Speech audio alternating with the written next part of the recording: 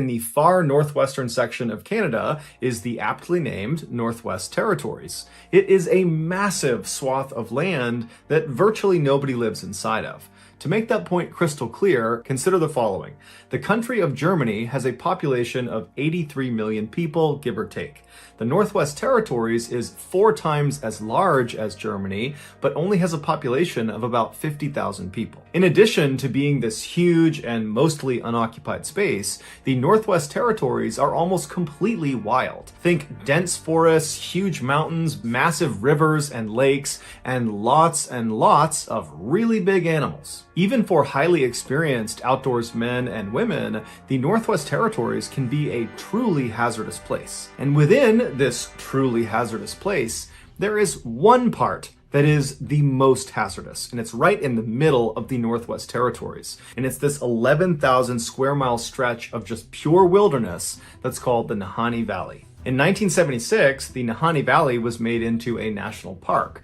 But don't let that fool you. This is not some family park that anybody can go to. There are no tourist accommodations, so there's no hotels, there's really nothing inside of it. And there are no roads that lead into this park. The only way you can get inside this valley is by plane or by boat or by very stressful and difficult overland hike. But for those who are able and willing to make the effort to get inside of this valley, you have the opportunity to explore one of the most beautiful places on the planet, because this section of the world is almost completely untouched by man.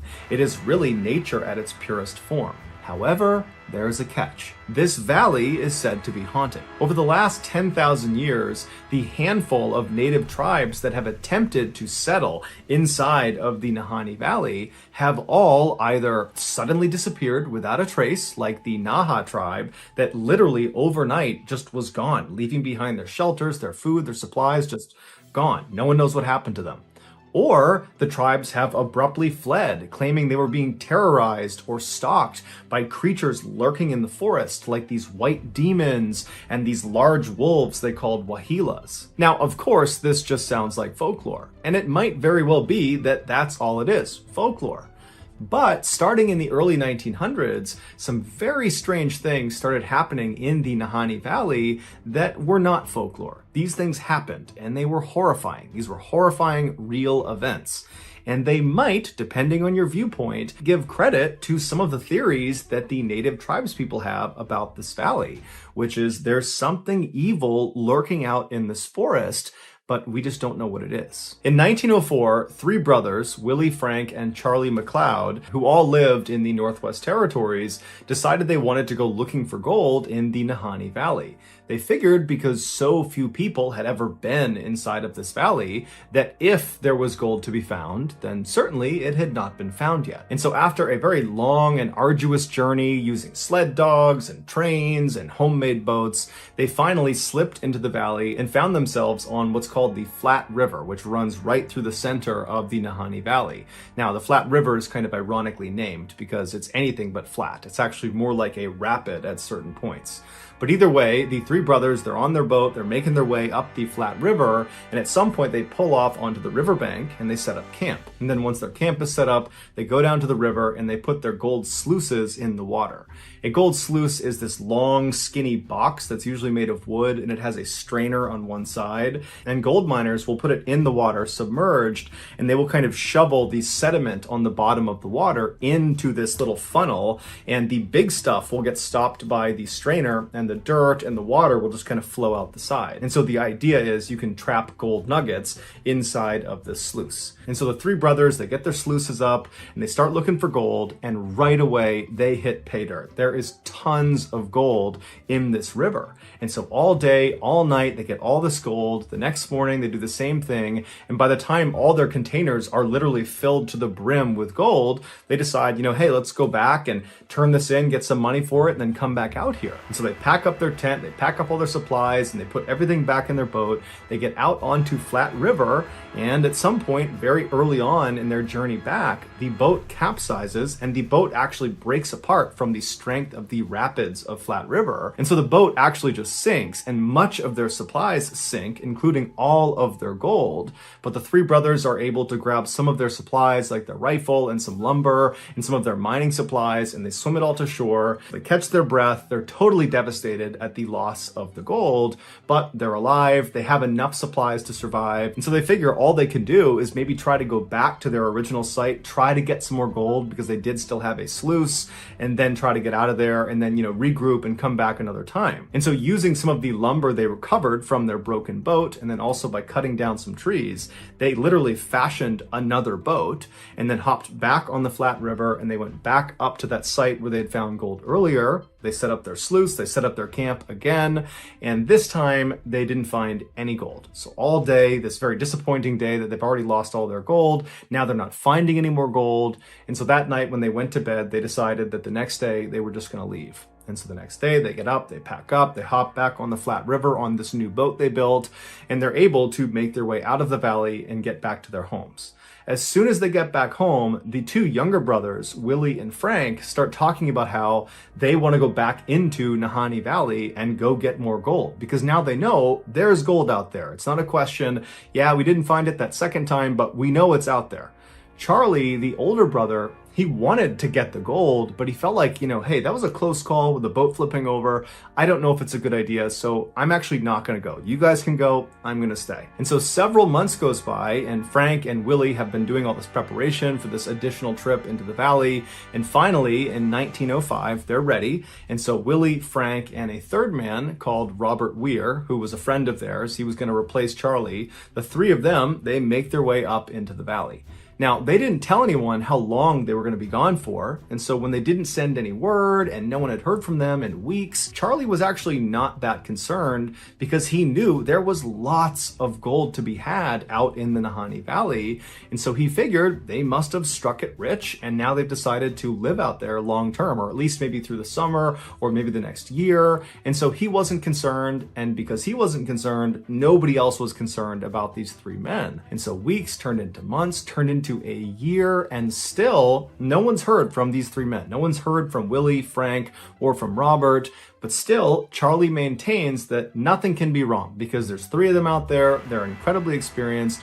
There is a ton of gold out there. I'm sure they're just killing it and they're just acquiring all this gold, and we're going to see them in the next couple of months maybe, and everything's going to be just fine. But a whole other year would go by. So they've been out there for 2 years and no one has heard from them. And at this point, Charlie thinks to himself, okay, I have to go out and see if they're okay. And so he rounds up 4 other people from his town, and he mounts an expedition to head back into the Nahanni Valley to go find his 2 brothers and find Robert Weir. Charlie and his search party, eventually, after yet another long and arduous journey, they get into Nahanni Valley and they get onto the Flat River. And so they start making their way upstream along Flat River. So it must have been a very treacherous journey getting through the rapids of this river.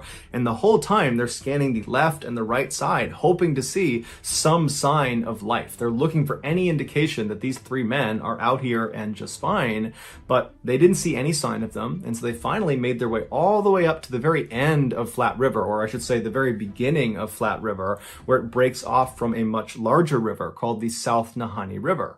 And once they turned onto the South Nahanni River, they began going downstream. And again, they're looking on either side for any sign of these 3 men. There's no sign of them. And then the river they're on takes a very sharp turn. It's actually called the Big Bend, and it's about a 45-degree turn. And as soon as you make that turn, it dumps you into this 10-mile stretch of river called Second Canyon. Now, along South Nahanni River, which is about 350 miles long, there are these 4 canyons that the water passes through. And they're labeled 4th Canyon, 3rd Canyon, 2nd Canyon, and 1st Canyon. And these canyons are massive. These sheer cliffs on either side of the river shoot up to 3,000 feet above the water, and in some parts, the water is actually just as deep, thousands of feet deep. And Second Canyon is unique because the cliff faces are as sheer as you're going to get, and the cliff faces almost butt up exactly up against the water. So there's really very little shoreline on either side. So once you're in this 10-mile stretch, you're basically boxed in. You have thousands of feet of water below you. You have these massive cliffs on either side, and there's really nowhere to go. You need to get through this section of the river before you can effectively get onto the shoreline and take a break from being in your boat. And along these cliffs are these openings you see high up all over the cliffs on both sides that are openings to these massive cave systems inside of these thousands of feet tall cliffs. And because of how difficult it is to not only get to Nahanni Valley, but also to get up to these different cave openings, nobody's gone inside of them. We don't know what's inside of these caves, save for the few that are down low enough that people can explore.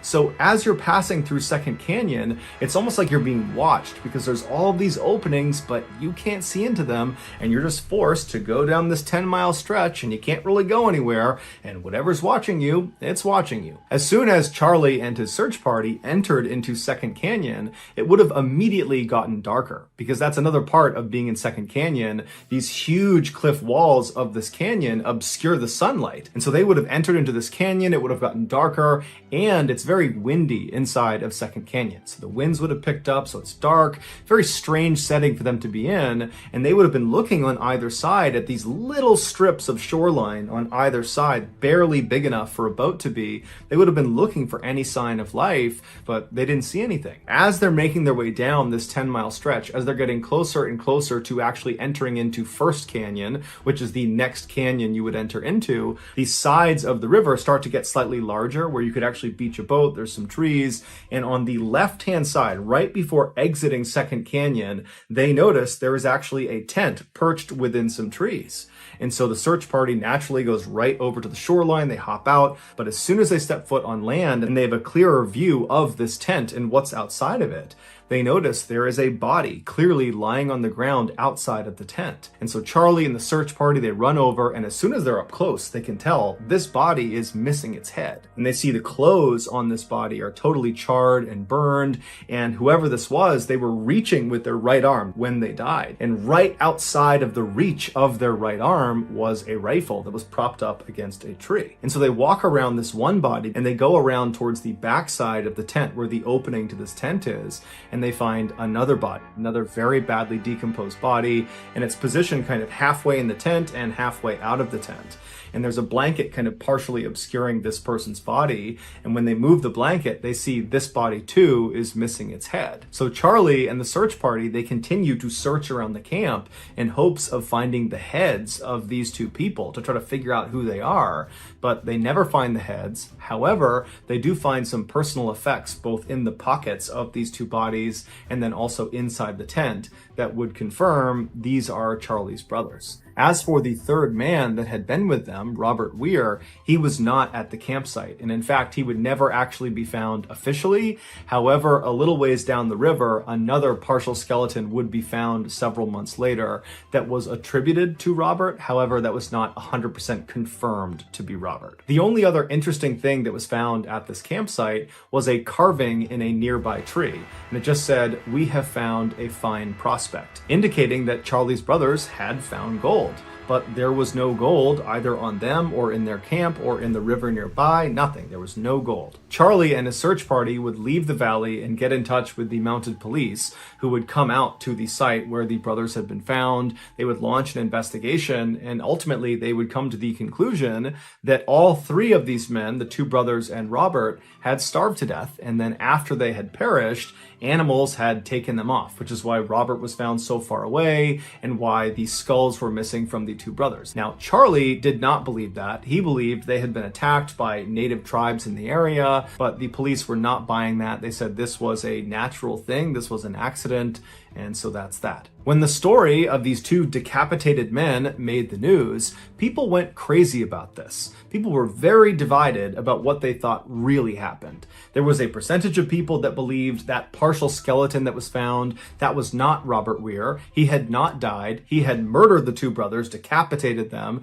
and then made off with their gold. The other percentage of people believed that all three men, the two brothers and Robert, had been attacked by a person, a group of people, an animal, a creature, something. There was some sort of attack. And that's why the two brothers were in those positions that indicated they had encountered something horrifying, with one brother reaching for the gun and the other appearing to have leapt from his bed before he ultimately died. But regardless of which side you fell on, pretty much everybody at the time who heard about the story became terrified of the Nahanni Valley. Specifically, they became terrified of that stretch in Second Canyon where the two brothers had been found. And so actually that stretch got renamed the Headless Valley, and from that point forward, that's all it was known as.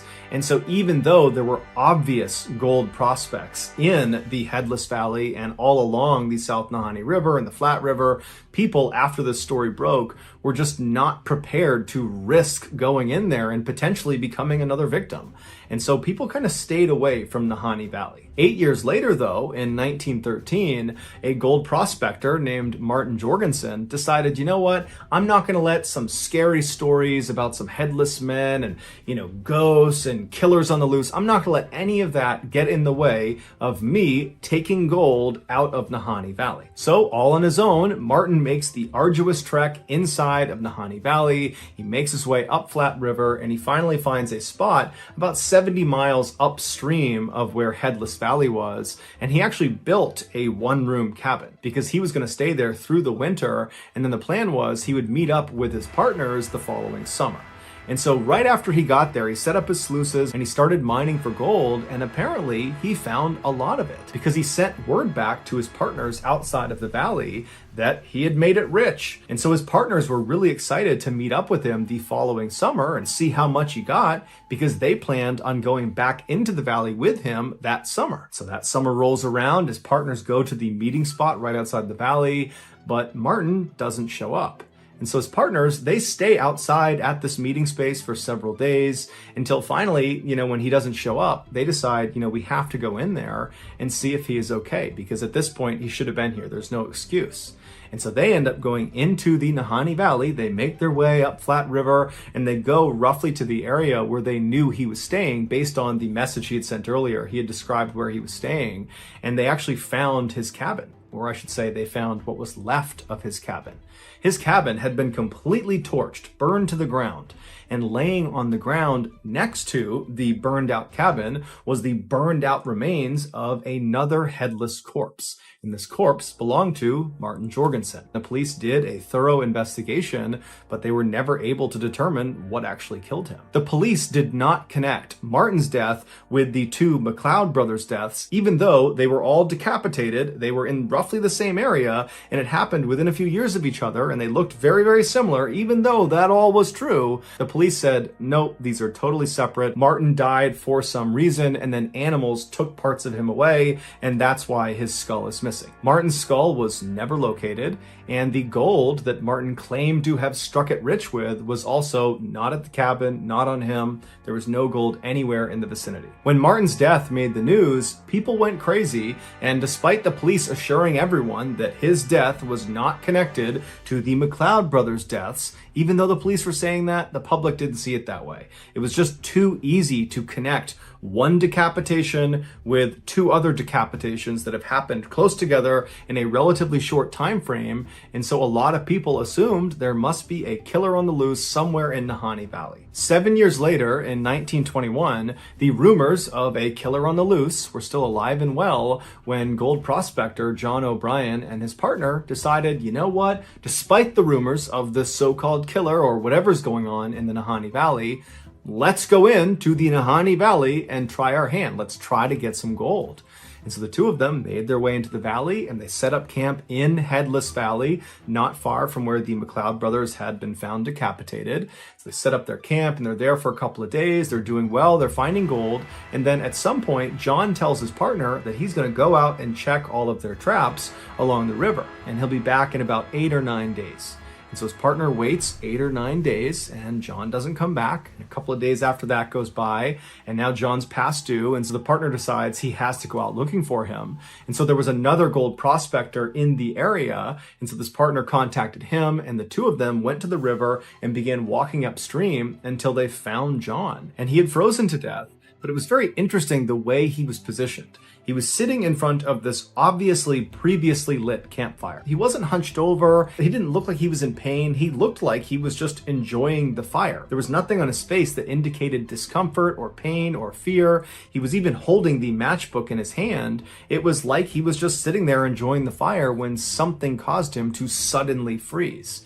In fact, witnesses would say John looked like he had been flash frozen, as if it had happened in a matter of seconds, because it didn't look like he had reacted properly to freezing to death. And the police, when they came out, they would say, this is odd. This is odd the way he's positioned. But ultimately, he died because he froze to death. And so there's no foul play here. And so no further investigation is needed. 5 years later, in 1926, a hunting party that included a young woman named Annie Lafferty was camping out along the Flat River inside of Headless Valley. And so that night, they're all kind of joking around the fire. And then at some point, they decide to all go to sleep. And then the next day, when everybody gets up, Annie is no longer in camp. And there's no sign of where she went. And so they begin by yelling out and walking around the immediate vicinity to see maybe if she stepped away for a minute, but Annie's just gone and no one knows where she went.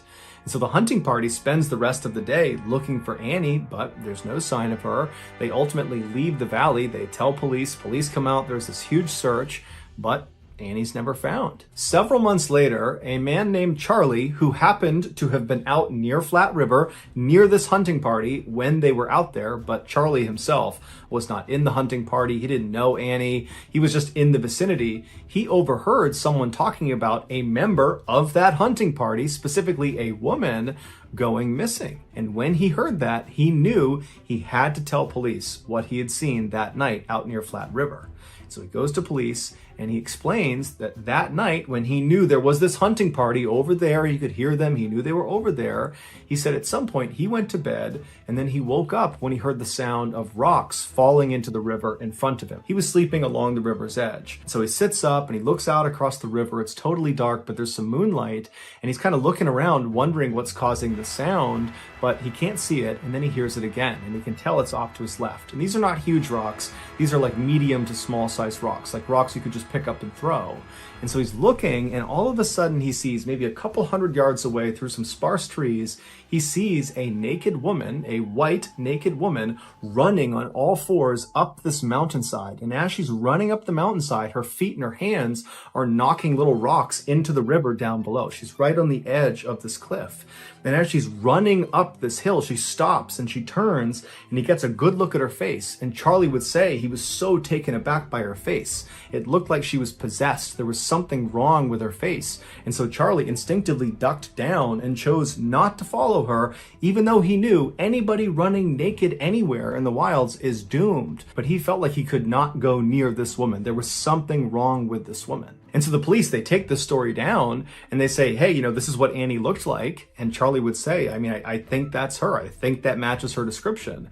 And so universally, it's believed this woman galloping up this hillside in the middle of the night naked was Annie. The police ultimately would not investigate Annie's disappearance any further because at the time Charlie was telling them this piece of information, she'd already been gone for months and the assumption was she was dead. 4 years later, in 1931, another gold prospector decides to try their luck in Headless Valley, a man named Phil Powers. He makes his way into the valley, he finds a spot off of Flat River, he builds a cabin, and then shortly thereafter, his cabin burns to the ground with him inside of it.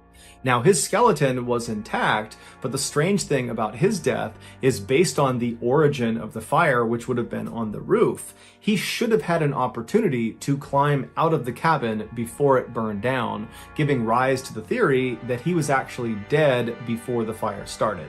However, the police said this was an accident caused by Phil doing something with the stovepipe that led to it catching on fire, and this was just all one big accident. But the vast majority of people that have followed along to this point with all of these strange deaths, they were just not buying it. 5 years later, in 1936, two more gold prospectors, William Epler and Joseph Mulholland, they entered the Headless Valley to try their luck, and shortly after arriving and getting set up, they went missing.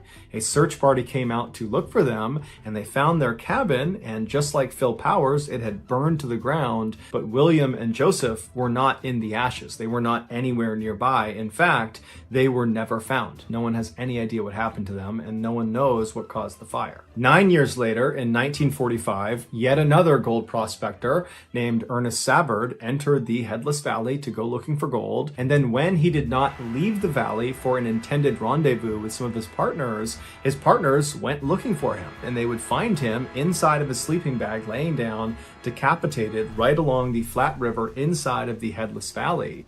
And so the police would come out, they would do an investigation, and they would call this an accident where, he starved to death or he died of hypothermia. And then after he was dead, animals must have come in and removed his skull, and that's why we can't find it. And so the police did not, at least not publicly, connect his death to all of the other decapitations in that small area. 1 year later, in 1946, another gold miner named John Patterson went into Headless Valley, and he went missing. And so a search party went in looking for him, and John would never be found.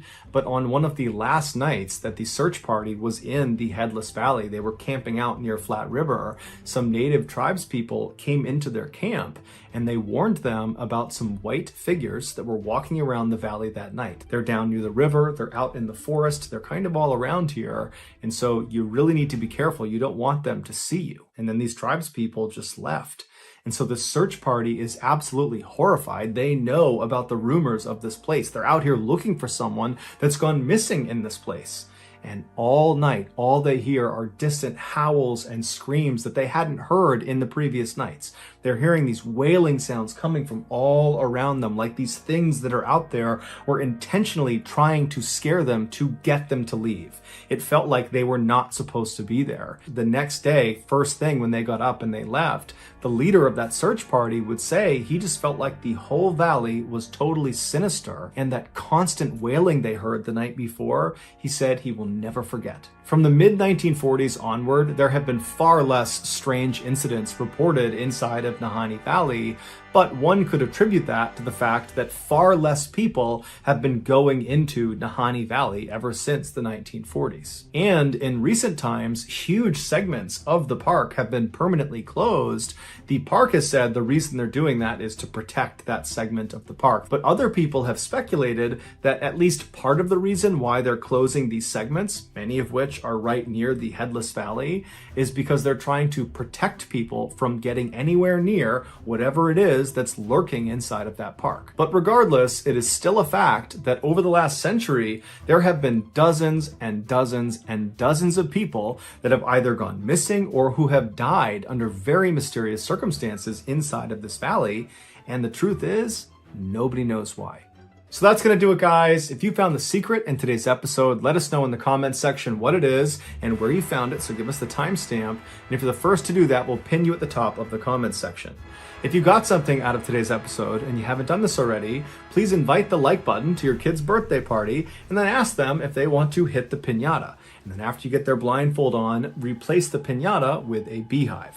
Also, please subscribe to our channel and turn on all notifications so you don't miss any of our weekly 2 or 3 video uploads. We are now selling merchandise like this hat, like this flannel, and all sorts of stuff. There's mugs and stickers and sweatshirts. If you're interested in MrBallen merchandise, go to shopmrballen.com. If you're interested in upcoming deals and promotions relative to the shop, go to our shop's Instagram page. The username is shopmrballen. If you want to get in touch with me, you can direct message me on Instagram or on Twitter. My username for both platforms is the same. It's johnballen416. I also have a ton of content over on TikTok where my username is MrBallen. We also have a second YouTube channel called MrBallen Shorts where we post random short videos and lost episodes. If you have a story suggestion, please submit it to our subreddit just called MrBallen. It's linked in the description below. So whether I see you on Twitter, Instagram, TikTok, Reddit, YouTube, or some combination, just know that I really appreciate your support, and until next time, that's going to do it. See ya. Gina Allen and her brand new boyfriend, 28-year-old Brandon Day, could not believe their luck. For the past 48 hours, they had been stranded in the rugged wilderness of the San Jacinto mountain range in California when they looked down into this ravine and they saw a campsite. There was a tarp that had been strung up between two trees. And so they ran over to it hoping that the owner of this campsite would be in there and they could help them get out of these mountains. But when they got to the campsite, there wasn't anyone there. But from the looks of it, it looked like someone had been living in this site fairly recently. Underneath this makeshift roof from this tarp was a sleeping pad, there was a warm sweater, there was shoes, there was a disposable razor, some kitchen utensils, and there was a yellow backpack.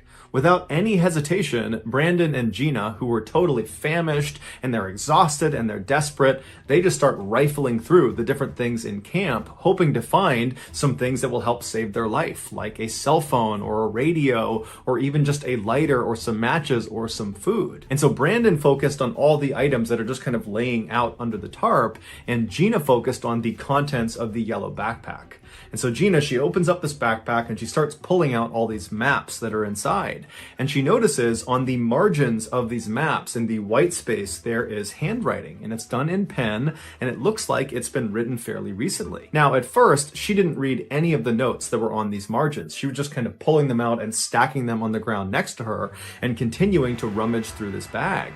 But at some point, out of the corner of her eye, she noticed on the top map that was sitting on the ground next to her, there was a particular note at the top of the page that as soon as she saw it, she stopped what she was doing, she turned and looked at it. She couldn't believe what she was seeing. And in fact, she didn't want to get her hopes up, but she slowly reached over, she picked the map up, and she put it right in front of her face. And as soon as she was reading it, she just started laughing. She was so happy. She was so relieved. She yelled to Brandon to come over and look at this. And so Brandon stopped what he was doing. He turned around and he bent down and he looked exactly where she was looking. And when he read what she had read, he started laughing too. They were saved. There at the top of this map, there was a note that was dated the same date as the day they were there, May 8th. And so they knew whoever had written this had written it at least in the last couple of hours because it was May 8th.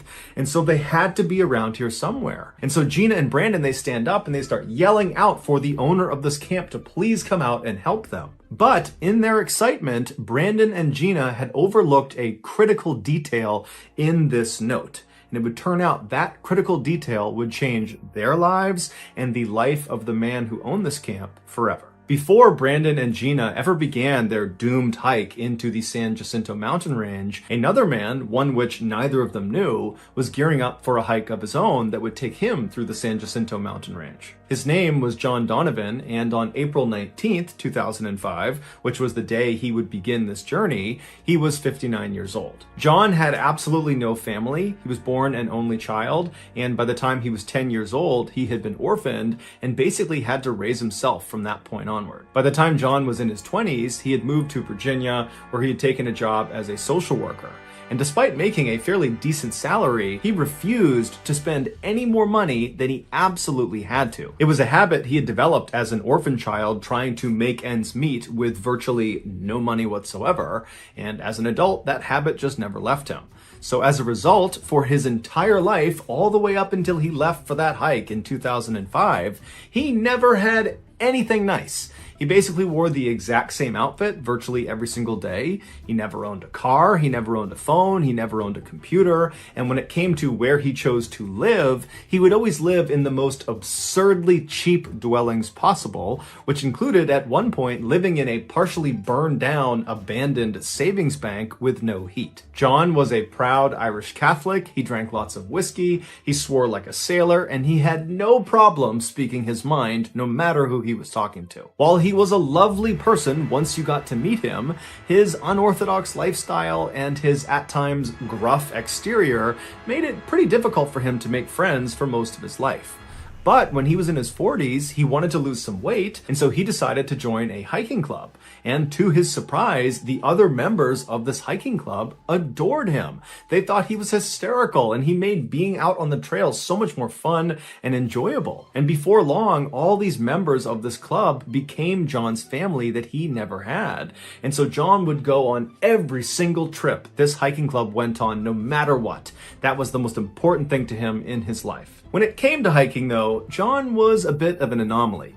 Even though he would hike sometimes over 4,000 miles in any given year, he would still routinely get lost on trails he had been on dozens and dozens of times. But despite being totally self-aware of this fatal flaw in his hiking abilities, John rarely did anything to compensate for it. For example, he didn't bring with him on most hikes a compass, which would be the first thing you would think to bring with you to stay oriented. Also, because he refused to buy a phone, he didn't have that to aid him either if he ever got lost. In fact, John rarely brought much of anything on any hike he went on, because John is what you would call a ultralight backpacker, which basically meant you would only pack the absolute bare essentials, and in John's case, sometimes less than the absolute bare essentials. And despite his friends trying repeatedly to get him to pack more equipment so he was more prepared, he would always say, no, he knows what he's doing and everything is good. And the truth is, John always did manage to get from point A to point B on all of his hikes, some of which included extremely difficult hikes, like the time he hiked the 500-mile-long Colorado Trail, or the time he hiked the 2,175-mile-long Appalachian Trail. Now, John would tell you that was all skill, but his friends would say, John was extremely lucky. He would get lost, and then at the last second he would find the trail again, or he would lose some piece of critical equipment, and then just someone on the trail would happen to walk by that had an extra set of whatever it was that John needed. And then one time when John was in Poland on a hike, he slipped on this icy embankment where earlier that day, 2 other hikers had slipped and fallen to their deaths. And John has now slipped on this same embankment. He's careening down the sides. He's flailing. He can't stop himself. And then the drawstring on his pants gets caught up in a tree, and that arrests his fall and it saves his life. And so from that point on, John would only wear those pants when he went hiking, and he called them his lucky pants. In the spring of 2005, John and one of his very close hiking friends named Ken Baker, who was roughly his age, decided they were going to hike the 2,650-mile-long Pacific Crest Trail. This trail spanned the entire west coast of the United States. It starts in Southern California, right on the border of Mexico, and it goes all the way up to the very northern end of Washington State, right on the border of Canada. It takes the average hiker, if they're going to do this entire trail in one go, about 5 months, unless there's bad weather conditions that impede them along the way. John had been excitedly planning this epically long hike for the better part of the last year. He had actually typed out 6 pages on his typewriter of this itinerary that planned out every single detail of this hike, down to how many ounces of coffee he would need at every stop along the way. John was especially excited about this particular hike because it was going to be the very first hike he would be doing after his retirement from being a social worker. And apparently John had huge plans for his retirement. He wanted to travel all over the United States. He wanted to go to Australia, to China, to Russia. He basically wanted to hike at least 6 months a year, every single year, until he was too old or too weak to continue to do so. But just a couple of days before John and Ken were supposed to fly out to California to begin the Pacific Crest Trail, Ken told John that he thought they should actually postpone the start of this trip by about 3 weeks. He said Southern California had experienced their snowiest winter in decades, and so it would make sense to wait a little bit of extra time to make sure all the snow had melted and that they didn't get caught in any sort of late snowstorm. Now, John was totally not having this. He had spent so much time thinking about this trip. He was so excited about it that he just couldn't wait any longer. And so he told Ken, I'm sorry, I'm going on the current timeline, whether I go alone or not. And so on April 19th, 2005, John made his way to his office where he was a social worker. His coworkers threw him a very small retirement party, and he literally left the office, went straight to the airport, and he flew to Southern California all alone. When he got there, he took a chance and reached out to one of his other hiking friends, a 48-year-old tool salesman named Lynn Paget, and asked him, hey, I know you live in the area. Would you be interested in coming on at least part of the Pacific Crest Trail with me? I'm going to start here in the next couple of days. And John was extremely excited when Lynn said, you know what? Sure, I'd love to come along with you. And the two of them made their way over to Campo, California, which is right on the border of Mexico, and they began their hike along the Pacific Crest Trail. But after going only about 100 miles, Lynn's feet started swelling so badly that he could not go any farther.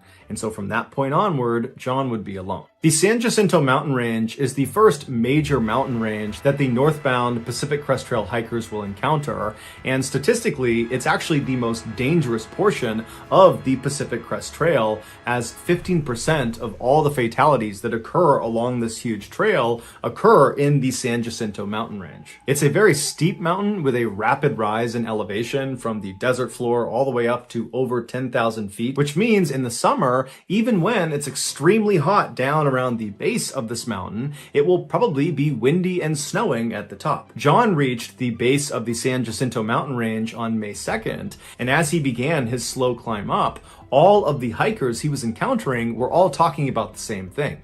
There was apparently some big snowstorm that was due to hit the San Jacinto mountain range in the next couple of days, and so all of these hikers were actually evacuating the mountain to go to this little town to wait out the storm. Everyone's fear was they would get caught on Fuller Ridge when the storm hit. Fuller Ridge is towards the top of the San Jacinto mountain range, and it's probably the most dangerous part of the entire mountain range. It's basically this totally exposed, very steep section where if you lose your footing, there's nothing to stop you from tumbling down to your death. But when John heard this, he wasn't fazed at all. He was not about to evacuate because of some storm. He was just going to continue up this mountain, go over Fuller's Ridge, and carry on along the Pacific Crest Trail. And so for the rest of the day, he just continued up the mountain and eventually made camp about halfway up. He actually stopped near two other hikers that were also going to push through despite this storm. It was a 46-year-old nurse from Canada named Connie Davis and her son, 20-year-old Alex. And they were both very experienced high-altitude climbers, and they had all the right gear, and they were very well prepared. And so that night, after both parties had set up their camp, they struck up a friendly conversation, during which John made some dismissive comments about Connie's parenting style that really agitated her, although it didn't seem like John really noticed he had upset her.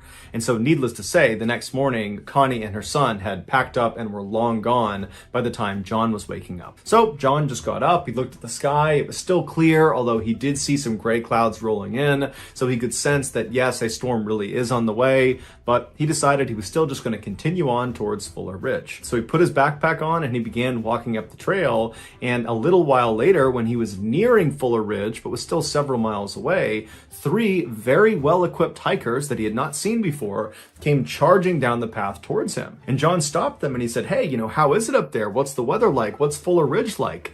And they kind of looked at John and sized him up, looking up and down, and they saw that, he's got light clothes on, he's got sneakers on, he doesn't have trekking poles, he just looks totally ill-prepared for what he's walking into. And they said to him, I don't think it's a good idea for you to continue on here. This storm is going to hit any time now, and we're not going to Fuller Ridge. We're actually turning around and leaving because of the storm, and we have all the right gear. I mean, you should really consider turning around and leaving. But these three hikers would say there was just no way they were going to change John's mind. He was totally dead set on carrying on to Fuller Ridge. And so the three men that had told him not to go eventually just said, okay, good luck. And they carried on down the trail, and John continued up. But despite John's earlier confidence in his plan to go to Fuller Ridge and continue through San Jacinto Mountains, when the snow actually started to fall sometime in the mid-afternoon, John started to have doubts about his plans. There was already a lot of snow on the ground where he was from previous snowstorms, and that was making it hard to see the trail as it was. And now with all this additional additional snow starting to dump down, he was worried it was going to totally cover up the trail and he would lose it. And since he knew he kind of had a penchant for getting lost on trails, this was a real concern. But he was still very stubborn, and so despite these second thoughts, he just continued on along. And so after a while, he got to within maybe 1 or 2 miles of Fuller Ridge when he spotted up ahead of him 2 other hikers that seemed to be going in that direction. And so he ran up to them and he yelled for them to stop. And at this point, the snow is really starting to come down and the trail is completely wiped out and he can barely see in front of him. And these 2 hikers, they stop. And so he runs up to them, and when he gets up close, he can see it's actually Connie Davis and her son Alex from the night before. And so Connie is obviously not thrilled to see John again, but when he explained that he was having a really hard time staying on the trail and, could he just tag along with them, Connie said, you know what, that's just fine, we're happy to have you. But she explained to him she was not going up to Fuller Ridge. Instead, she was taking a more circuitous route that would bypass the ridge. It would take a lot longer, but it would be safer given the weather conditions. John assured her that that was totally fine. He would just trail along with them, and then at some point he would break off on his own and he would go up to Fuller Ridge and they could go their separate way. And so Connie, her son, and John begin walking along together. Now, Connie and Alex, they had crampons on their shoes, which are basically like metal cleats and allow you to very easily grip the snow and ice. They had trekking poles, they had all the right warm gear, and so they're easily moving along through these weather conditions.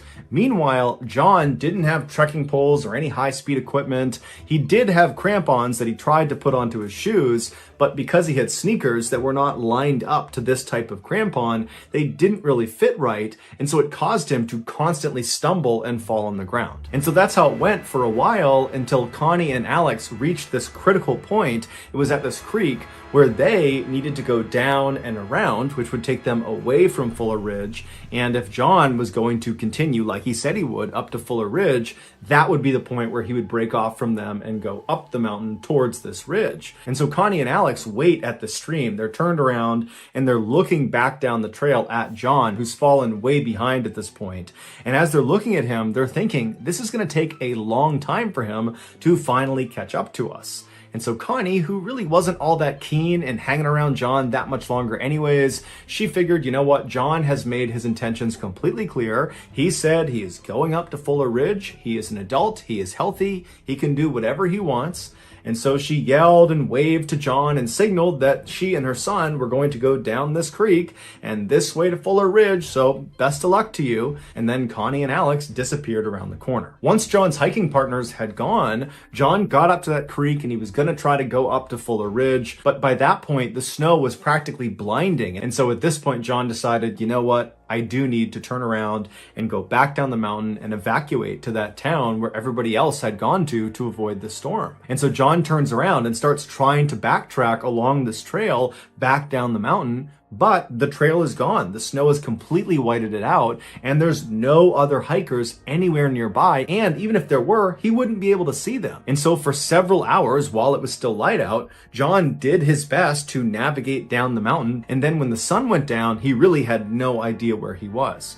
And so instead of trying to stay on this trail that at this point he really didn't think he was on, he looked out away from the mountain, and way down below, he saw this big bright cluster of lights. Even through the falling snow, he could clearly see those were lights of a city. And so he decided he would use that as kind of like his North Star, and he would just continuously walk downhill towards those lights. And so for several hours, he just began walking towards these lights, narrowly avoiding huge drop-offs and climbing over boulders and avoiding trees and animals. And finally, he got to this very critical point in his journey down to these lights. He reached this area called Long Valley where he had a decision to make. He could either continue down the mountain, which would require jumping down into this ravine that once he did, he would not be able to climb back out again. It was too steep. Or he could turn around and hike way back up the mountain and go some other direction. But at this point, he had really no idea what direction was the best direction. All he knew is he needed to go down the mountain because his situation was getting worse and worse by the second. If he didn't find shelter soon, he might get hypothermia and just die out here. And so he decided he would jump down into this ravine. And so he laid on his stomach, he lowered himself down over the edge, and he dropped down into the valley below. Once he stood up, he just continued walking down the mountain, and at some point he spotted a stream that he began to follow along. And as he followed this ravine, which was taking him straight down the mountain, he noticed the ravine walls, these huge walls on either side of him, seemed to get closer and closer to him, like this ravine was kind of coming to a point. And then after a while, he noticed up ahead, the stream just kind of disappeared. And so he walked a little bit farther, and then he came to an abrupt stop. The water had disappeared because it had flown off a 100-foot cliff that he was now standing in front of. He had come to the edge of this huge waterfall, and there was absolutely no way to lower himself down over it. It was an absolute fall to the death if he attempted to go down this waterfall. And so he looked to his left and he looked to his right, and these huge canyon walls that had followed him all the way to this edge from when he dropped down, they were sheer cliffs. There was no way to climb those. And his initial drop into this ravine was unclimbable. He knew that going in.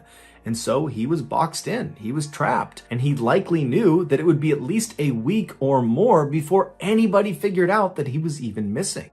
And so totally disheartened, John left the edge of this cliff, this waterfall, and walked back up to a relatively flat area farther up the ravine, and he began to set up camp. He pulled out his green tarp, he put some line between two trees, he made a makeshift roof, he laid out his bed mat underneath, and then he climbed underneath the tarp and he settled in for a long night. The next morning, when the sun came up, John attempted to make a fire, but none of the wood he was finding was dry enough, so all of his fires just kind of smoldered but didn't really catch. He had a mirror, a signal mirror, and he was prepared to flag down any aircraft that flew overhead, but no aircraft did, so he didn't flag anyone down.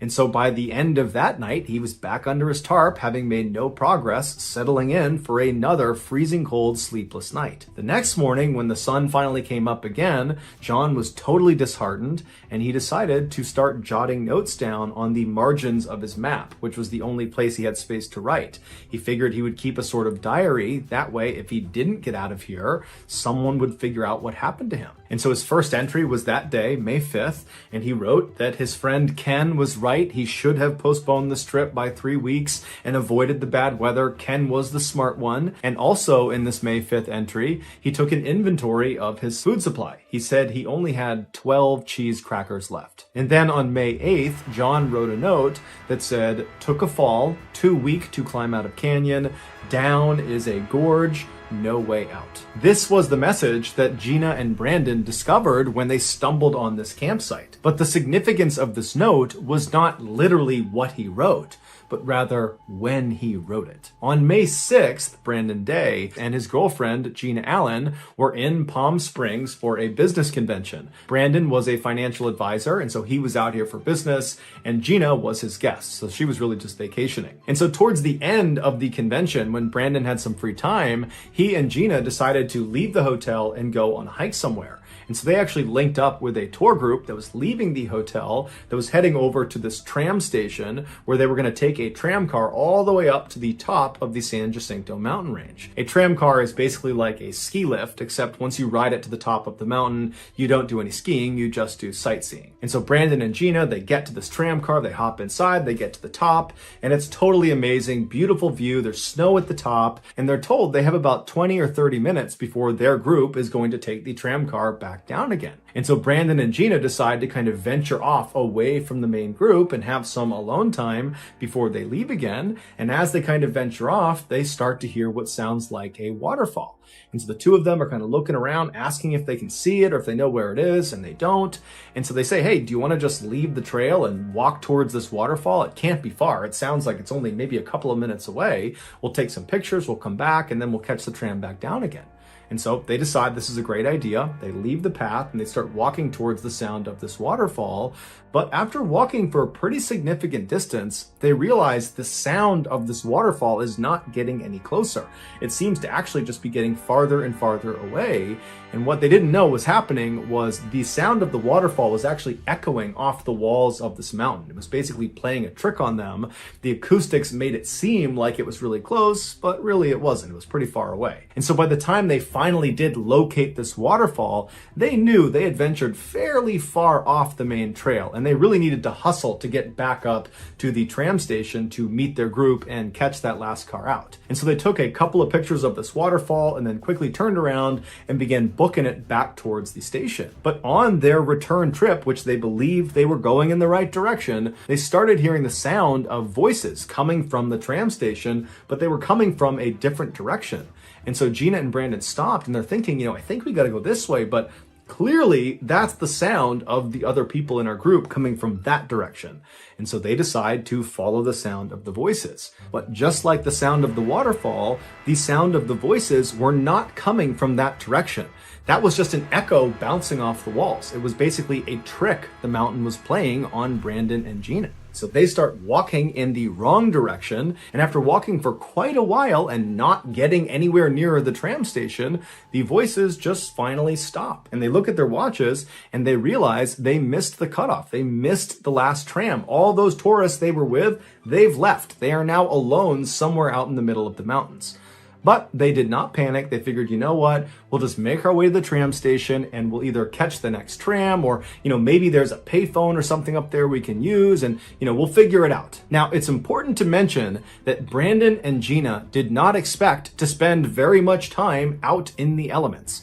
They expected to get on a tram, stay at the top of this tram station with a bunch of other tourists where there was a restaurant and a bar, and then they were going to ride that tram car back down and be back at their hotel before dinner time. As such, they didn't bring any supplies. They didn't even have their cell phones. They had left those in the hotel room because they wanted to make sure they were focused on each other. And so all they had were the clothes on their back, which were very light. They had tank tops and some sweatpants on. They each had a very light jacket as well. And they had a wallet and some chapstick. They had no water. They had no food. And so Brandon and Gina, they begin walking around in search of this tram station. And for several hours, despite their best efforts, they don't find it. And then before long, the sun is going down and the temperature is dropping rapidly. And so eventually, after it becomes too dark to continue to move around, the couple winds up going into a cave where they huddle up all night, barely avoiding becoming hypothermic. The next day, when the sun comes up, they haven't slept at all, they climb out of their cave, and they continue walking around the mountain in hopes they find this tram station. But eventually, they get to one of the higher points of the area they were in, and they have a pretty good vantage point around them. And when they start looking out, they don't see the tram station. They don't see anything but wilderness in all directions. And so they decided their best bet was just to walk straight down the mountain and try to just walk off the mountain. And they figured as they began walking down the mountain that the tour guide had probably recognized they were short 2 people the day before. And so certainly a search had been launched and there were people looking for them, and probably they would be found long before they ever had to actually walk off this mountain. But little did they know, their tour guide that had brought them onto the tram and then brought that group down, they had recognized they were short 2 people, but they assumed those 2 people must have just taken an earlier tram, and so nothing was reported. Nobody was looking for them. And so all day, Brandon and Gina made their way down this very steep mountain, falling half the time, smashing into rocks and trees, and getting cut up on manzanita bushes. It was just this awful experience. And by the time the sun was going down, they had no sense of how close they were to the bottom. They didn't have a good viewpoint. They were just kind of trapped inside of the wilderness. And so once again, they huddled up for the entire night. This time they didn't have a cave to protect them from the wind. And so it was just another absolutely miserable night. And so finally the sun comes up on the 3rd day, and Brandon and Gina, they're up and they are moving straight down this hill. They want to get out of there as soon as they can. And after smashing into more boulders and more trees and getting more banged up, they finally arrive at the same drop off down into a ravine in Long Valley that John had gotten to. And so they're standing over this ravine, debating whether they should make the leap and jump down into this ravine, even though it means they can't climb out again. And so they're looking around, they're figuring, you know what, we don't really have a better choice. We don't really have the energy to climb all the way up and try to go a different way. And we don't even know if those ways are more advantageous.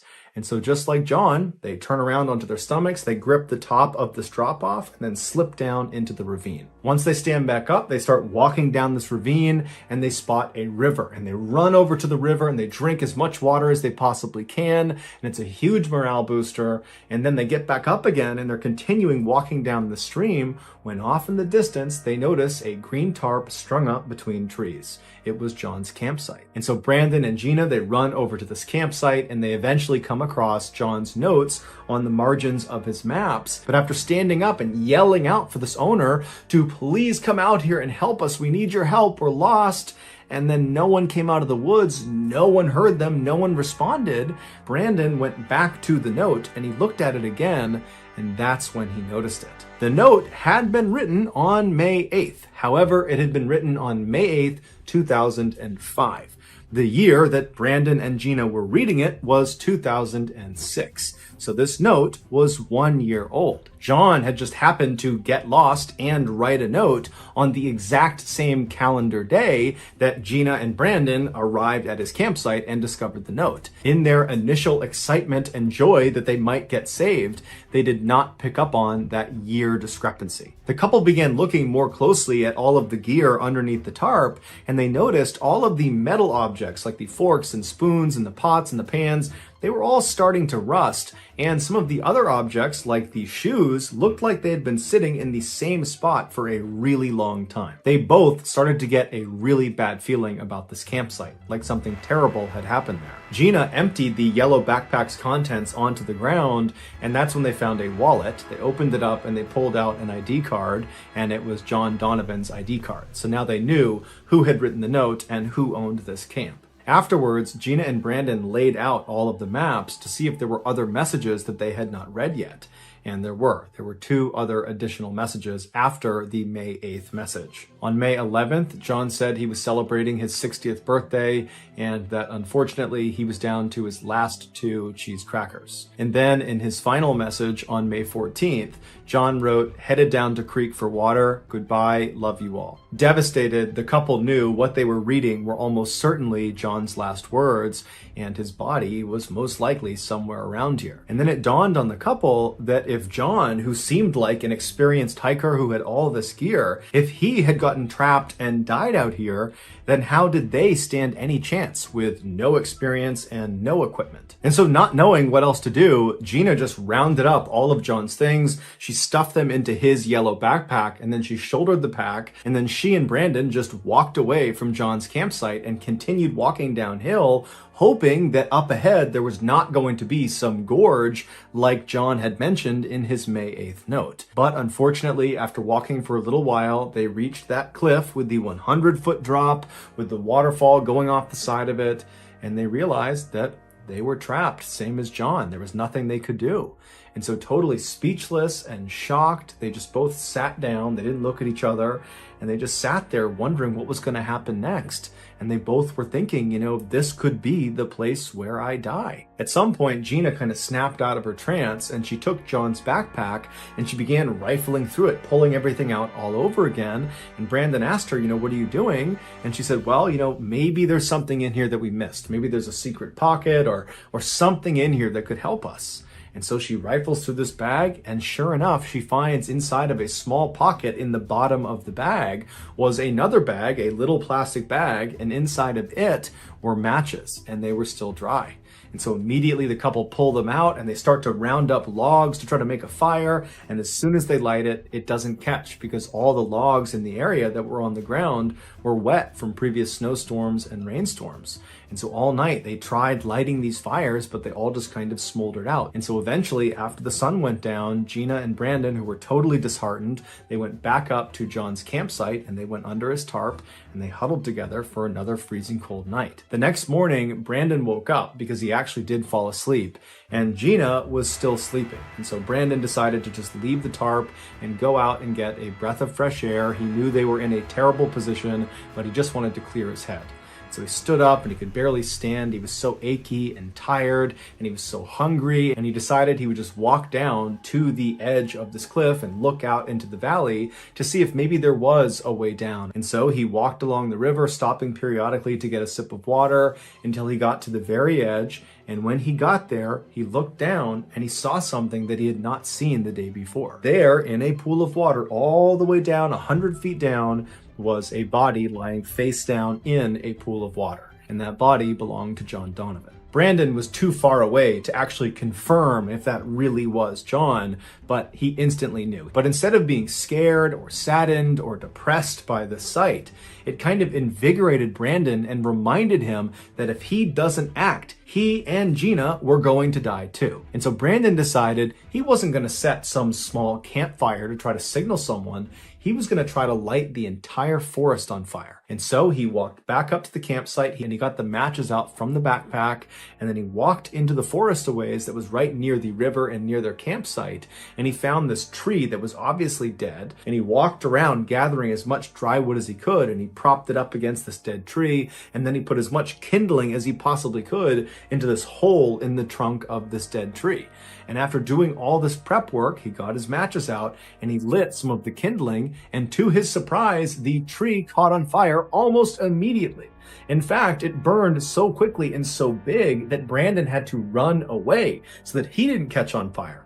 And before long, all these trees are catching on fire, and he had to run all the way back to the campsite and wake Gina up. And so he grabs Gina, they get up, and they run all the way over to the edge of the waterfall, and they turn, and they're just watching half an acre just completely erupt in flames. And all this black smoke is billowing up into the sky. And then about an hour later, after the fire had eventually just kind of died out on its own, Gina and Brandon heard the distant rumblings of a helicopter. They had seen the smoke and they were coming to rescue them. Gina and Brandon would be airlifted out of the ravine and would make full recoveries.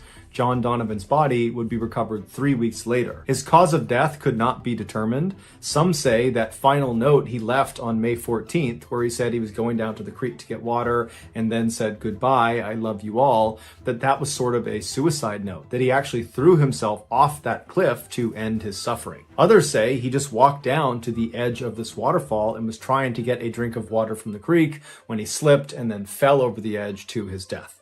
But we'll never know for sure. What we do know for sure is that in 2005, when John Donovan was still alive and missing, had he been rescued, he would have left the valley with all of his supplies, including those matches, which would have meant in 2006, when Brandon and Gina found themselves in that ravine, there wouldn't have been a way to start that fire, and so they would have died. In fact, the helicopter pilot that did come up and rescue Brandon and Gina, he would say there was nobody planning to search that area. This was not an area they believed Brandon and Gina would be.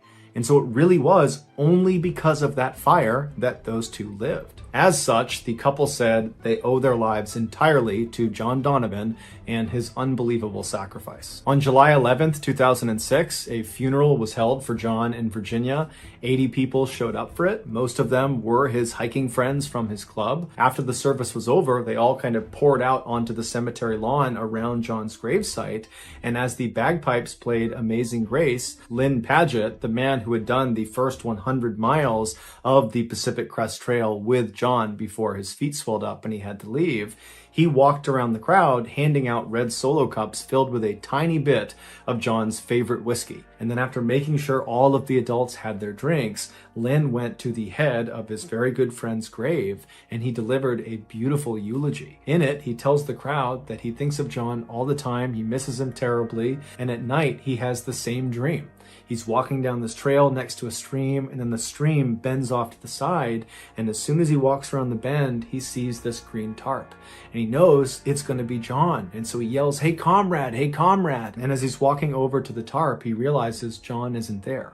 All it is a tarp, a pack, and some shoes on a rock. As for Brandon and Gina, they did stay a couple after the ordeal, but they would ultimately break up 2 years later. So that's going to do it, guys. If you found the secret in today's episode, let us know in the comments section what it is and where you found it, so give us the timestamp. And if you're the first to do that, we'll pin you at the top of the comments section.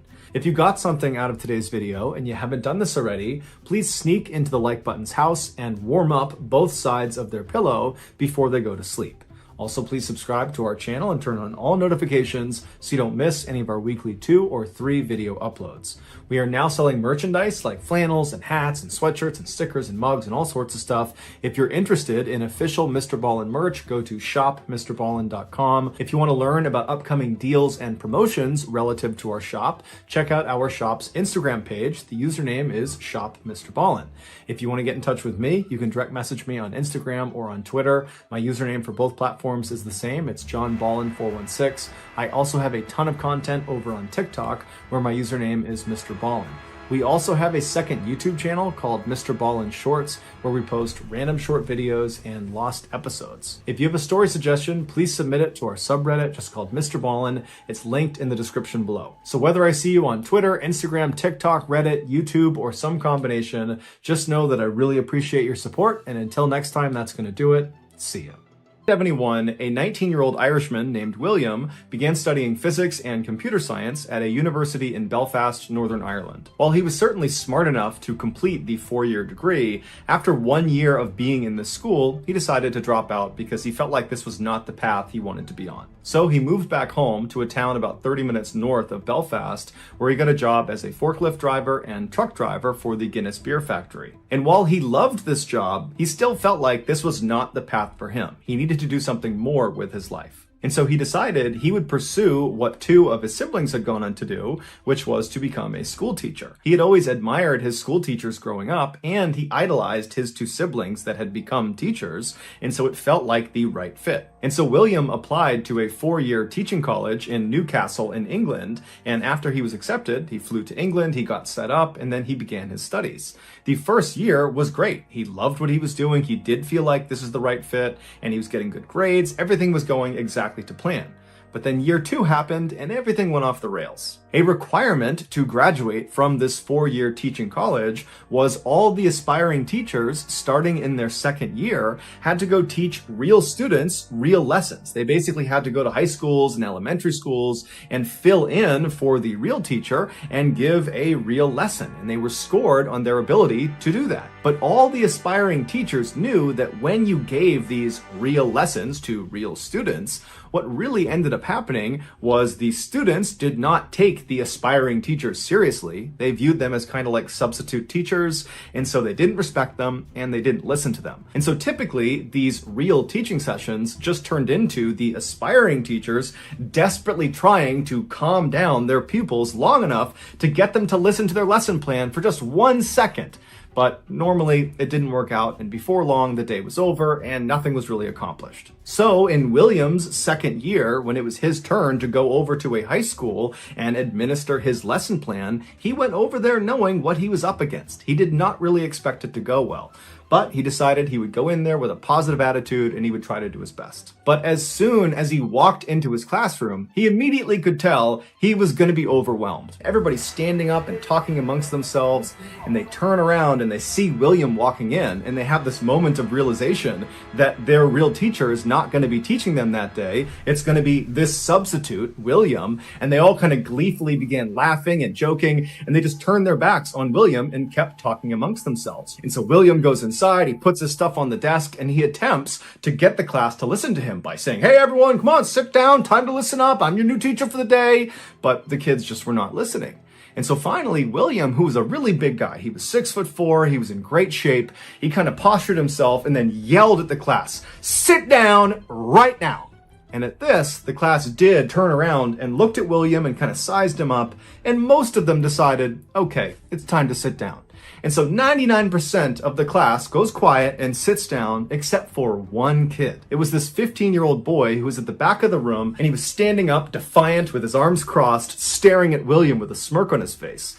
And all around him, all his cronies were sitting down, looking up at him, laughing, and kind of looking up at William and laughing at him, knowing that a confrontation was about to ensue. And so William is staring at this kid, trying to get him to just sit without saying anything, and this kid is just mean mugging him with his arms crossed, and nothing's happening. And so William walks right up to him and kind of leans over his shoulder and says, "You need to go out in the hallway right now. I will meet you out there."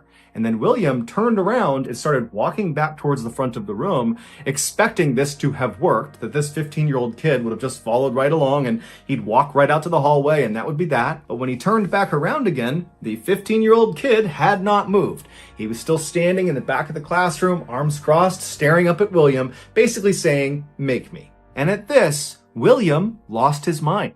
He was so mad and so frustrated at how unbelievably disrespectful this kid was being, and really the whole class was being to him, that he just kind of lost it. And he ran up to this kid in the back of the room and he gets right up in his face. And remember, William is 6'4". He's a big guy. And he gets right in the kid's face and he's like, "Get out in the hall right now." And this kid doesn't flinch. Instead, he reaches into his pocket and pulls out a knife and he holds it right up against William. And William, without any hesitation, just winds up and blasts this kid across the side of the head, sending him flying over a kid sitting at a desk. He goes flying over this kid and crumples into the corner. And then when he stands up, he drops the knife and puts his hands up and he's like, okay, I'll go out in the hall. And William's like, go out in the hall right now. And so the kid ran out of the classroom and goes out into the hall, and the whole class is totally silent. No one even wants to look up at William. They're all kind of just looking down at their desk, trying to be as quiet as possible. And William walks back to the front of the class and proceeds to teach the rest of the lesson. As soon as the high school learned that this aspiring teacher, William, had basically knocked out one of their students, even though it seemed like it might have been a little bit deserved, they immediately told the teacher's college, and the teacher's college immediately expelled William. And so now William is suddenly jobless and he's kind of lost again in the world. He doesn't know what he wants to do now because he really had committed to being a teacher. And so he goes back to his home in Northern Ireland and he begins thinking about, what is he going to do next? And he keeps having this thought that he should pursue this thing that he's always been interested in, but he had never taken seriously because it felt so risky. But now that basically everything in his life had fallen apart, he had nothing to lose. So he decided, what the heck, I will do the thing that I've always wanted to do. And that was stage acting. And so he went and auditioned with a local theater company in Belfast. He was accepted into the theater troupe. And then 4 years later, he was discovered performing on stage by a Hollywood filmmaker. And they cast him in a movie. And the rest, as they say, is history. William Neeson, better known as Liam Neeson, would go on to star in dozens of huge movies and TV shows, and he's probably best known for his epic role in the movie Taken, where he is this CIA operative with a particular set of skills, and in this movie, he punches a lot of people in the face, just like when he was a teacher. In 1963, when Tim Dick was just 10 years old, he went over to his friend's house and he snuck a bottle of whiskey from one of their shelves. He pulled it out and he poured himself a full glass to the brim with whiskey, and then he downed it in one huge gulp. Tim had grown up idolizing cowboys on TV, and every time he watched them, they would come galloping into some town, they would go into the saloon, and they would sit at the bar just throwing back shots of whiskey. And so Tim always assumed whiskey must be this totally amazing, refreshing drink for these guys to be drinking it out in the heat of the desert. But unfortunately for Tim, after he slugged this huge glass of whiskey, it was not refreshing. It tasted like gasoline, and his chest felt like it was on fire. But instead of being turned off by alcohol and waiting until he was older and of age to try it again, Tim instead thought, you know what, the next time I have whiskey, I just need to water it down a little bit. And so for the next year, Tim continued to periodically sneak whiskey out of his friends' cabinets, and he would drink this watered down whiskey. And then when he turned 11 years old, his father, who he was very close with, died tragically in a car accident. And Tim really didn't have a good way to cope with the grief of losing his father. And so he turned to drinking even more than he already was. And before long, Tim was like this young kid who basically was an alcoholic. But he hid it extremely well. He graduated high school, he graduated college, and really nobody knew he was drinking as much as he was. But after he graduated college and he was living on his own in Michigan, there was no structure in place or person in place to stop Tim from going overboard with his substance abuse. And so not only did his drinking get completely out of control, but he began using and selling drugs, namely cocaine. In 1978, when Tim was 25 years old, he and his drug dealing partner were scheduled to take part in the biggest drug deal of their careers. They would be selling about 1.5 pounds of cocaine to a guy named Michael Pfeiffer, and he'd be buying it for $42,000, which, when you adjust that for inflation, would be like buying it for $175,000 in 2021. Tim and his partner were very excited about all this money they were going to make, but they were equally worried about the transaction. A lot can go wrong. And so Tim decided, in order to mitigate their nerves and kind of make this a safer drug deal, he decided they would do the transaction inside of a public airport, because Tim had seen that done on TV and believed that would give them an additional layer of safety. And so on the day this deal is going to take place, Tim takes the 1.5 pounds of cocaine, he puts it inside of a brown Adidas gym bag, and he also throws a key lock inside of this bag. He zips it up, he walks outside, he dumps the bag in the back of his car, and he drives to the Kalamazoo International Airport in Michigan. When he gets there, he parks in the big parking lot right outside of the front doors, and as soon as he's parked, he goes around to the back of his car, he pulls out this brown Adidas bag, he throws it over his shoulder, shuts his trunk, and then he waits for his partner to show up. A couple of minutes later, right on time, his partner pulls into the lot, he parks nearby, and then the two of them very casually begin walking towards the front doors of this airport. They walk up the steps, they go in the front doors, and as soon as they're inside, they're looking around, and they find Michael Pfeiffer. He's standing up against the wall right in the area he had said he would be. And so without making any sort of contact with Michael, Tim and his partner turn the corner and they go into a nearby locker room. Once they're inside, Tim pulls the lock out of the brown bag, and then he puts the bag with the drugs in it inside of a locker. He shuts it and then uses the lock he had just pulled out to lock the locker. And then he and his partner leave the locker room. As soon as they go out into the main terminal, they start walking over towards Michael Pfeiffer. And as they get closer and closer, Tim's partner breaks off and goes to a bench on the other side of the terminal. And Tim continues walking on right up to Michael. And then when he reaches Michael, he very discreetly hands him the key to the lock on the locker. And he tells him which locker number the drugs are in. Michael doesn't say anything. He takes the key and he heads off to the locker room. Tim turns and he goes over to his partner and he sits down on the bench and waits. Meanwhile, Michael goes inside the locker room. He uses the key, he opens up the lock, he opens the locker up, he checks to make sure the drugs are still there. They are. As soon as that's confirmed, he takes the bag, he throws it over his shoulder, and he walks back out to the main terminal to meet up with Tim and his partner. Tim and his partner are sitting on the bench. They see Michael coming out of the locker room, and they're expecting Michael to walk over and basically hand them a bag full of $42,000. But instead, Michael walks up to them and draws a gun and points it at them and says, "I'm a police officer, you're under arrest." It would turn out this was a sting operation. Michael Pfeiffer, the undercover police officer, had been following around Tim and his partner for months. In Michigan at the time, if you were caught trying to sell 650 grams or more of cocaine, there was an automatic penalty of a life sentence. And Tim and his partner had just been arrested trying to sell more than 650 grams of cocaine. And so, facing a life sentence, Tim took a deal that gave him a lesser sentence in exchange for information about other drug dealers. And so Tim would ultimately serve 2 years and 4 months in a federal penitentiary before he was released. Tim would say his time in prison was absolutely miserable, but it was necessary. It matured him in a major way, and it honed his sense of humor. Tim was always a very funny guy. He was always the class clown and the guy goofing around. But in prison, he found it a very difficult task to get these hardened prisoners and prison guards to laugh at his jokes. But eventually, with enough practice and repetition, he could get anybody in that prison to laugh at him. And so by the time he got out, he was like an amazing comedian. And so he decided, you know what? Why don't I pursue a career in comedy? 4 years later, Tim Dick, better known as Tim Allen, landed the starring role on the hit TV show Home Improvement. And from there, he starred in dozens more movies and TV shows, but he's probably best known for his voice acting in the very popular movie series Toy Story, where he plays Buzz Lightyear. Today, Tim is sober and has been for decades. In 1964, during his final semester of college in Wisconsin, a 21-year-old man named Harry decided to take an acting class. He believed it would be an easy A, and he'd always been pretty shy, and so he figured this class might be able to help him get over that. But this class wound up having a much larger impact on Harry's life than he ever could have imagined. Not only did he meet his future wife in this class, but he also realized he loved acting, something he never thought he would like, and he decided after college that that was the thing he was going to pursue. And so after he graduates later that year, he and his girlfriend get married, and then they fly out to Hollywood, California, where Harry auditions for Columbia Pictures' New Talent Program, which is basically this program that's designed to help new actors and actresses get parts in Hollywood because it's so hard to do that.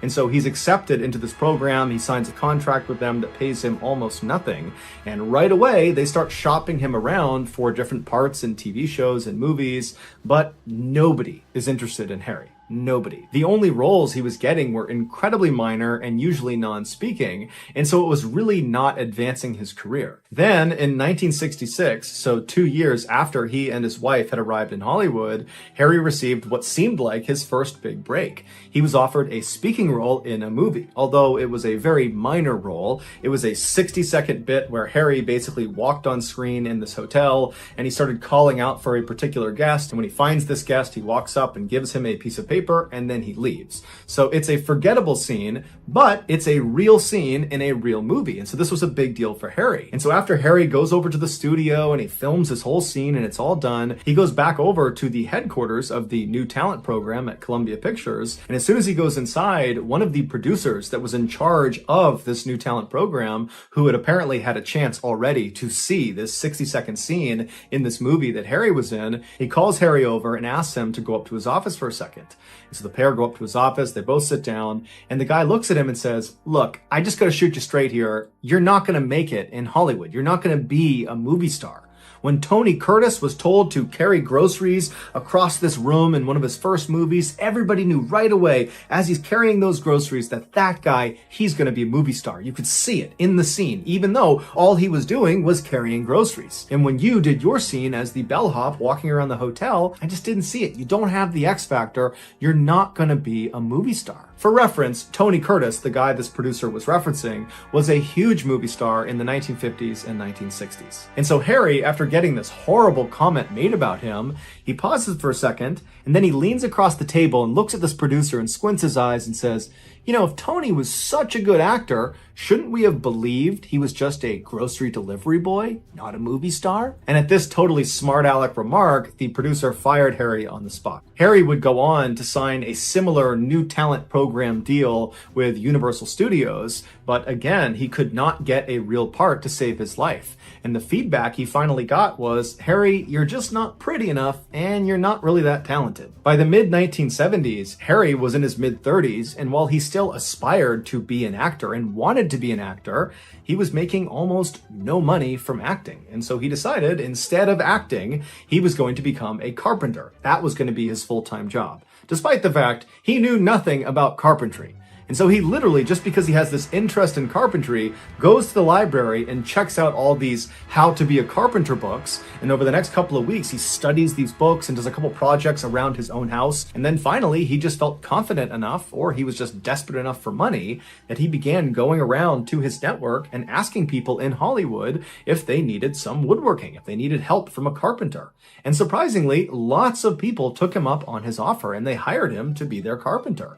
And before long, Harry was dubbed the carpenter to the stars, which was kind of ironic because he actually was not a very good carpenter, and he was regularly seen on the job, literally holding a book, teaching him how to be a carpenter while doing the carpentry with his other hand. In 1976, Harry was a full-fledged carpenter and had been for about a year when one of his very close friends named Fred Roos, who was a casting director and film producer, gave him a call and told him he had a very unique opportunity for him. Now, at this point, Harry was not looking for any more acting roles. He kind of figured that that ship has sailed, even though he wishes he could be an actor. At this point, he had a wife, he had 2 sons, and so he's thinking, thinking, I got to just keep doing this carpentry thing because I got to pay the bills. So he says to Fred, I appreciate the offer of whatever this is, but if it has to do with acting, I'm just not interested. And Fred, who was one of the very few people in Hollywood who fundamentally believed Harry was destined to be a star, told Harry, no, this is different. This is not a pure go out and try out for the part and hope for the best.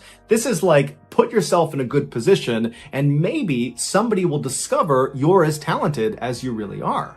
And so Harry's like, okay, tell me about this opportunity, I'm interested. And so Fred explained there was this really talented and eccentric film director who was trying to cast an upcoming movie. And the way he went about casting for movies was a little bit strange.